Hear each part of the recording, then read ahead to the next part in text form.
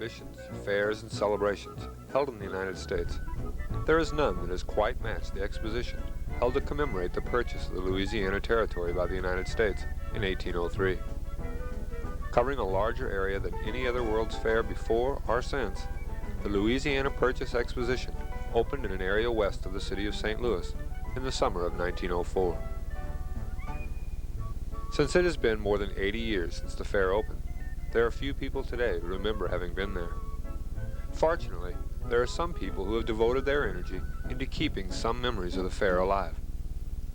In this program, you're going to meet 3 St. Louisans who have each helped in some way to tell others about the fair. Narberry Wayman is a local artist and historian who painted one of the few aerial views of the 1904 fair. Catherine Corbett gives talks to school children and other groups on the fair as part of her job as Curator of Education at the Missouri Historical Society. And Max Starm has one of the best private collections of World's Fair memorabilia. Each one has a different relationship with the exposition, but each has helped to stimulate interest in this unique event.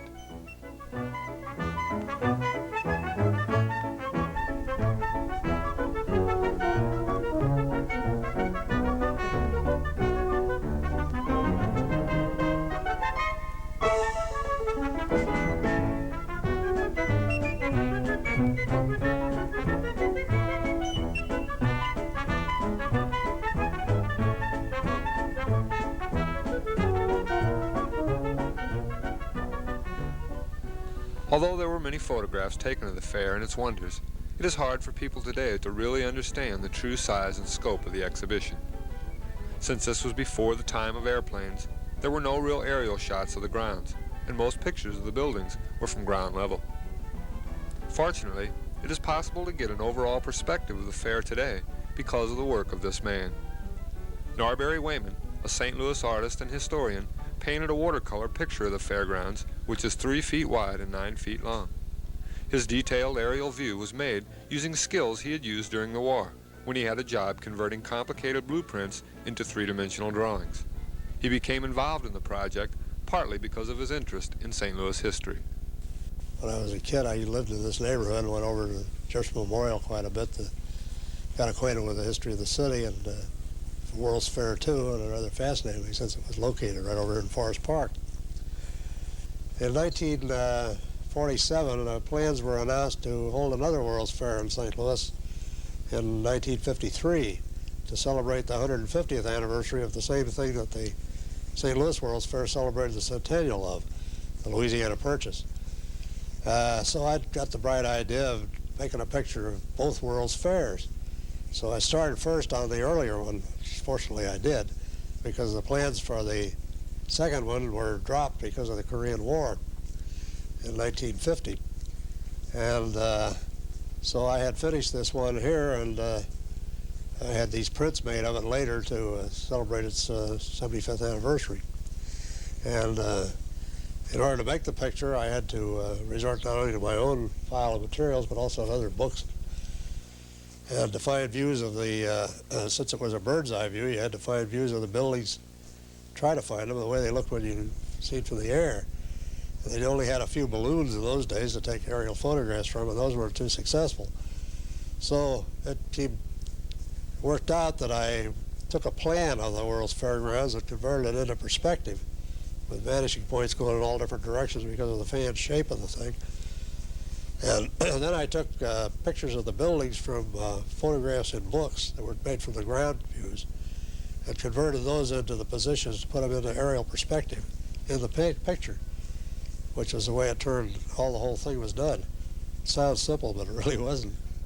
Narberry wanted his picture to show just how big the fair really was. You can say it went from here to there, but when you see it on a picture and you show them that this was the Bolivar Avenue and this was Big Bend Road, say, that's a long distance. People go, well, it's reached from there to there and all the way across Forest Park. And in conception of acres, it was 1,272, which made it the largest World's Fair in history. There has been none since. The closest one to it was one in New York in 1939, which covered 1,230 acres, but a lot of that was water. The original watercolor now hangs in the Jefferson Memorial. On the 75th anniversary of the fair, Narberry had copies of the picture made because it seemed that people wanted to know more about the Louisiana Purchase Exposition. Well, I think its 75th anniversary in 1979 increased public awareness of it and brought it all back to a lot of people. And at that time, there were still quite a few people around, I guess there are now too, that attended it. I missed it by a few years myself, but nevertheless, I've always been fascinated by it.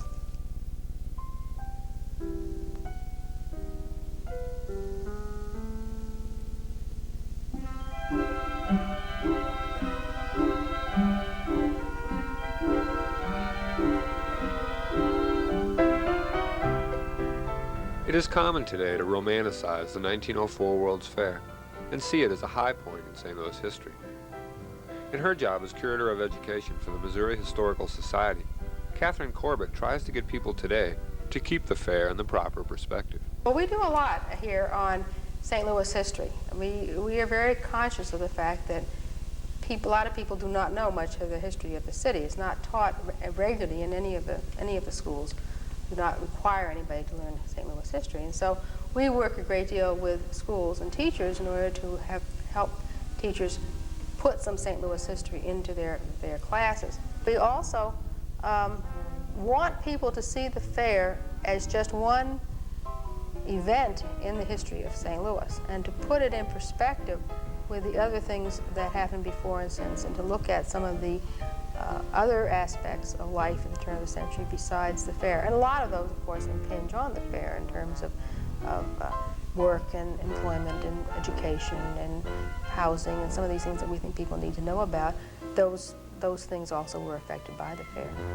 That memory of having been there is something that people cherished and passed on and talked about. And also it was very much of a high point in people's lives. It was not that people didn't have that many sensory things to go to. They didn't go to the movies. They didn't travel as much. They didn't have as many different experiences. The experiences were very similar, church suppers and events that you had done over, had a tradition. So this was kind of a non-traditional, unique, and I hate to use the word unique, but it was a unique event in the lives of many, and 19 million people came to the fair. So you've got a lot of people with a lot of memories. Then we have a lot of souvenirs that are all around here in our exhibits. People came and they bought something and they brought them back, and that became a cherished item in the family. And there's that scene in The Grapes of Wrath when they're leaving to go to California and they can't take everything and they have to leave behind their souvenir from the 1904 World's Fair. That's very difficult for them.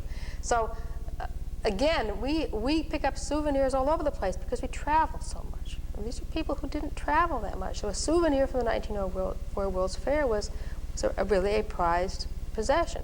So that's how that image and that memory gets built up too. And I think also St. Louisans can kind of let their memories get fuzzy, and there's a certain thing, well, 1904 World's Fair was sort of what St. Louis was like in 1904. We don't think about how St. Louis in 1904 was a very dirty, grubby, poorly run city. A lot of people were not living in ivory buildings in 1904. But because St. Louis history has not been, people don't know very much St. Louis history. There hasn't been a lot of literature on St. Louis history. There haven't been many books on St. Louis history. But there have been a lot of books on the fair. So we think of the fair as St. Louis at the turn of the century. And I think that's very distorting. But history, that is what history is. It is only people's retelling of events in the past. It's not the events in the past. So that if we don't talk about other aspects of St. Louis in 1904, they don't become part of our history. Our history is only what we read and learn about. The fantasy land that was the fair showed people things they had never seen before. The purpose of the exhibition was to feature the many accomplishments of the human race. Scientific achievements, industrial products, and educational processes were displayed for the fair's visitors. Some of the most amazing things were the examples of technology that people had not seen before. And so ballooning and examples of automobiles and the lighting, even the example of the nighttime lighting, all of these buildings outlined in electric lights. Now The Pan American Fair in Buffalo in 1901 had outdoor lighting on some of its buildings, but the World's Fair was, St. Louis World's Fair was, without a doubt, the greatest extravaganza in terms of outside lighting. The Ferris wheel, 60 people could sit in each of these gondolas, and that was something that was very exciting to people. On the Pike, they fought the Battle of Manila Bay every day, several times a day, and then out on the fairgrounds, they fought the Boer War. Then we had things like Jim, the educated horse, who could point out letters. I mean, things that you would see normally on a kind of a carnival kind of atmosphere. One of the things about these early fairs that was educational that perhaps we wouldn't see in quite the same way was the idea of being able to see things that represent foreign countries. Since then, of course, we have television, which will take us most any place we want to go in terms of visual images, and of course many people travel much more than they did that time. So going to the Japanese exhibit or going to the Chinese exhibit, or most particularly going to the Filipino and the anthropological exhibits, were attempts to, on the part of the people who set up those things, to educate the masses. Educating the masses was a very important part of World's Fairs.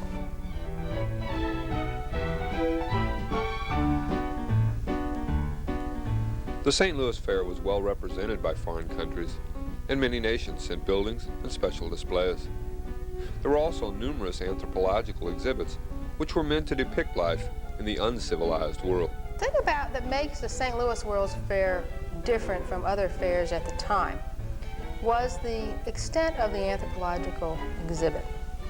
And the anthropological exhibits had been something that other fairs had had as well. And that was primarily to bring to the fairgrounds villages, transplant essentially people from native culture, other cultures, primarily native cultures, so that people can see how they lived and what they looked like. So one of the reasons that they had the big anthropological exhibit here at the fair was to show people the different stages of civilization, barbarian, they had it graded, barbarian, savage, partially civilized, that kind of thing, great gradations. And then show how American schools and American efforts were going to bring the Filipinos into the 20th century, whether they wanted to be or not. So part of that's very benign, but part of it was, of course, very vicious, which 19th century race theory was essentially very vicious.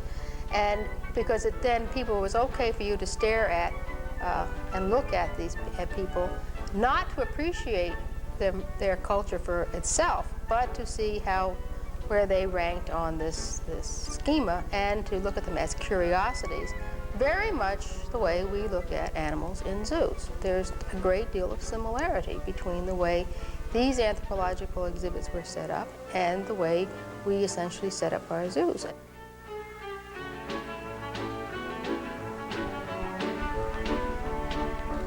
Despite the racial prejudices of the time, the fair was intended to be an educational experience. For one thing, the way we define education is somewhat different now than then. And so that when you were being educated at the 1904 World's Fair, you were being led past row after row after row of educational exhibits. In 1904, people, first of all, had a greater sense that they must go and be educated. And they also were convinced by the hoopla around the fair that this was an educational experience and one that they should take advantage of. And so they went with a more determination and a more readiness, a more willingness to take education in a more straightforward way than perhaps people are today. But I don't want to give the impression that people all went to the fair with a kind of grim determination to be educated, because the fair was a lot of fun.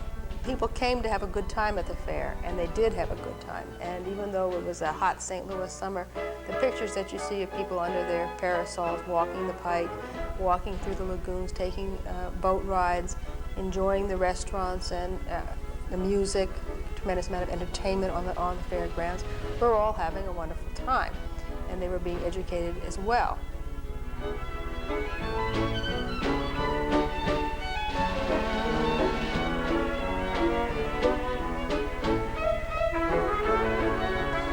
Like all World's Fairs, the St. Louis Exposition promoted itself in any way possible.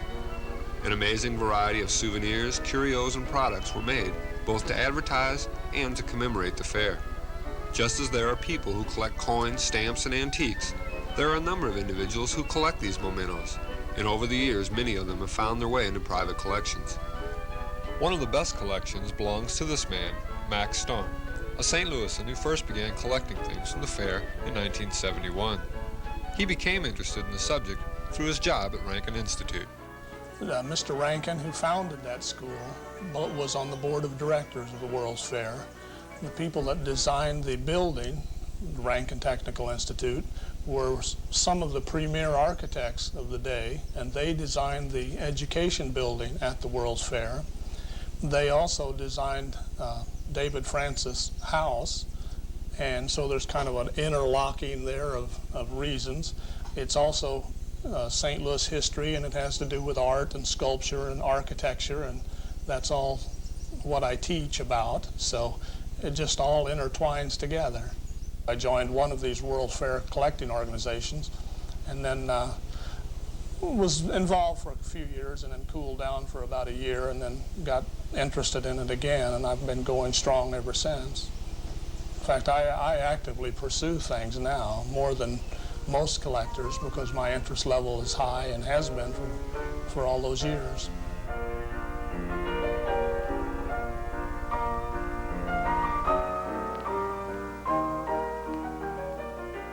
When families visited the fair, they were anxious to take something home to remind them of the marvels they had seen and to show to envious friends.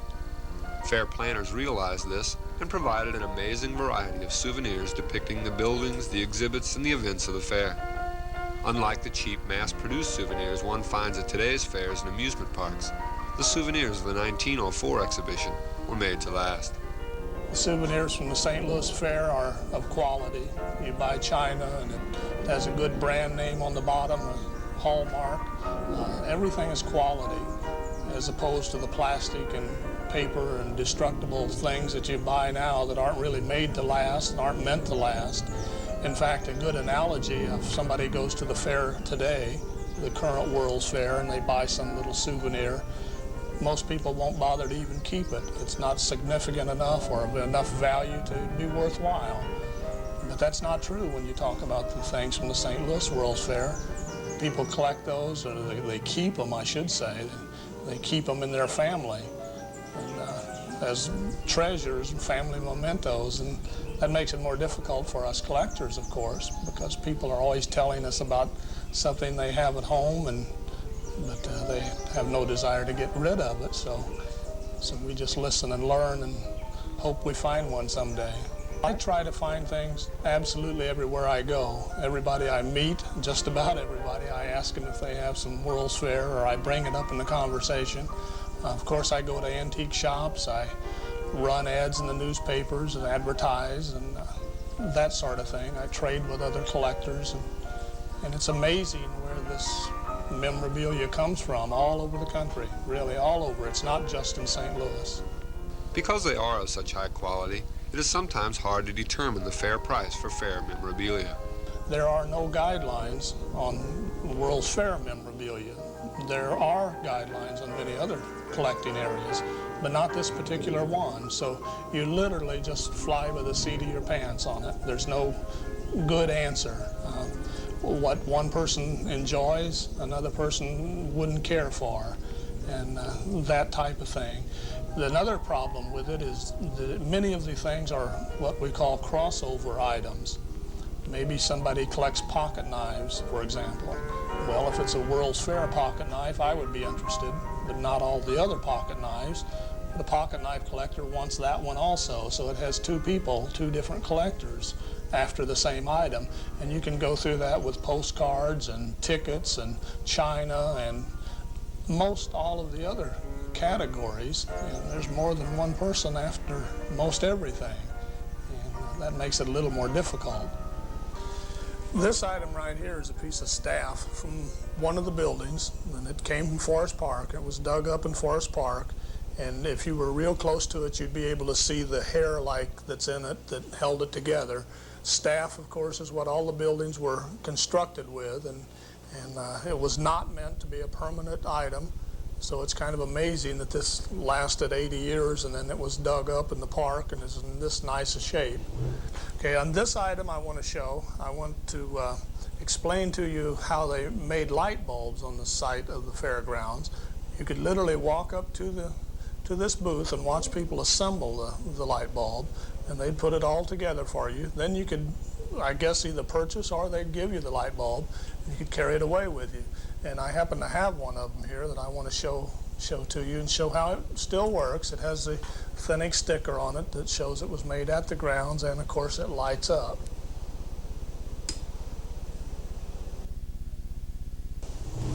I would like to show you some of these postcards too. They're rather interesting.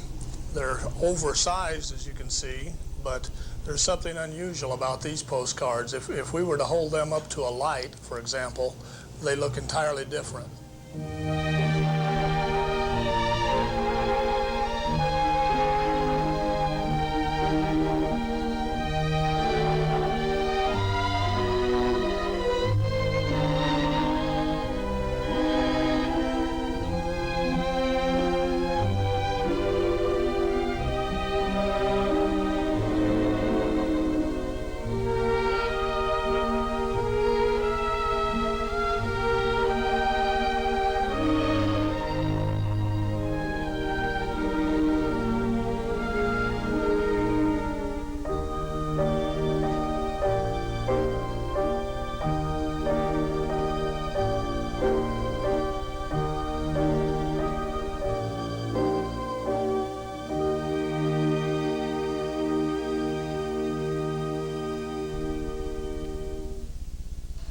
As you can well imagine, it's hard to pick a favorite item from among Max's collection. He does have a few things, though, that he considers special. This right here is one of my favorite things. It's simply a pocket watch. It has a picture of one of the buildings, the festival hall, the centerpiece of the World's Fair on it. And it has a real nice watch fob that's in porcelain that looks good. It makes a nice combination. And it's fun as a collector to find the watch in one place and the watch fob in another. Another item that I enjoyed particularly is this cane. It belonged to Isaac Taylor, who was the director of Public Works, and it was presented to him by the pick and shovel gang, the men that literally built the fair, did the labor and the work on it. And it's a solid gold, all engraved cane, very, very pretty, and a very good find for a collector.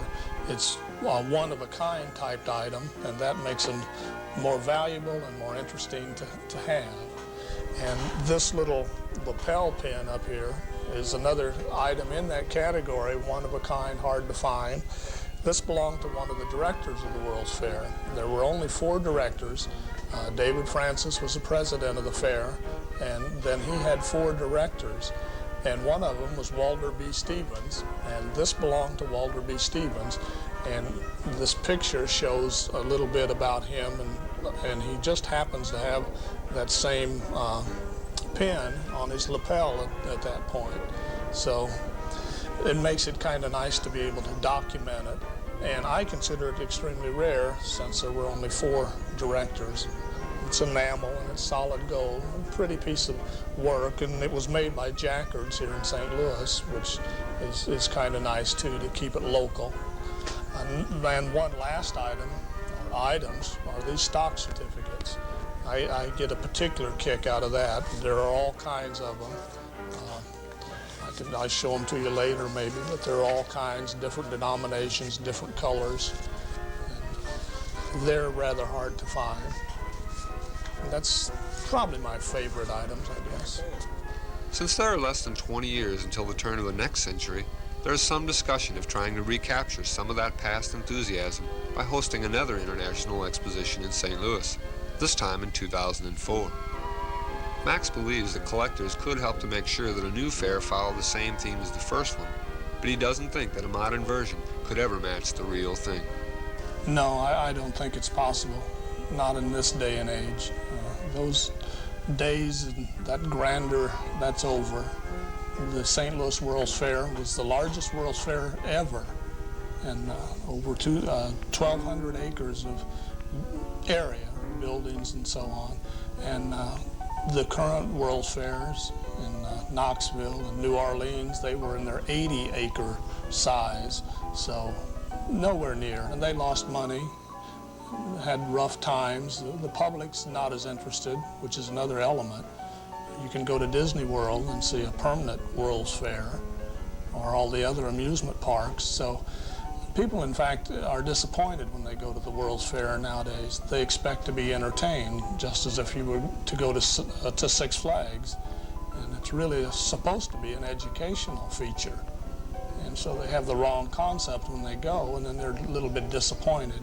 So I really don't think there'll ever be another World's Fair anywhere near the scope of St. Louis, or the success that St. Louis had. No, I think the days of those fairs are over, and I think there have been a few cities in the last 10 years who are having a hard, having to learn that by bitter experience. We can't go back to that time, and that is a time where the fair was one of the perfect mediums for expressing a number of these things I've been discussing. People travel now. They don't need to go see a little Chinese exhibit. They're going to China, but certainly they're going to France and Germany if they're not going to China. So that the wonder of seeing something from China is people aren't going to go halfway across the country to see that. People also are bombarded with commercials and commercial presentations for the products of American technology. They don't have to go halfway across the world to see the latest car or the latest airplane. Amusement parks, we don't have to go to the fair to go. We can go to any of the commercial theme parks and therefore get the same things that we did there. So many of the things that the fair's needs that the fair served are served very easily other ways. And to recreate the fair at 1985 prices with the cost of 1985 labor, I mean, many people who worked at the fair and built the fair did not get paid very much for this, even by their standards. There were over 100 strikes during the construction of the fair. So that I think it would be very difficult to create the kind of atmosphere that you had at the fair, even with modern technology for recreating things that it was very labor intensive, for one thing, and a lot of people involved in producing it that I think would make it very difficult to do now. Although each person has chosen a different way to be involved with the fair, they all agree on the importance of history. It helps you to keep from making the mistakes that were made in the past if you pay attention to history. This is a good hobby because it's real history. The St. Louis World's Fair happened here locally. You could walk out in Forest Park and see where the buildings were. If you go to an antique show, more than likely there will be some St. Louis items around somewhere. It's just a good, clean hobby. There's also a certain amount of adventure in this one because you do not know everything that exists. So it helps give me a touch of a sense of history. It's like a person woke up and had with amnesia, which is always, the historians always use this example. If you woke up and you didn't have any idea who you were or where you were, then you wouldn't know what to do next, and you couldn't make good decisions or good plans for the future. I think that the goal of history is explanation, to explain to ourselves why our society that we live in is the way it is, and then to analyze that and see where we might make different choices or the same choices in order to give us the quality of life that we're looking for.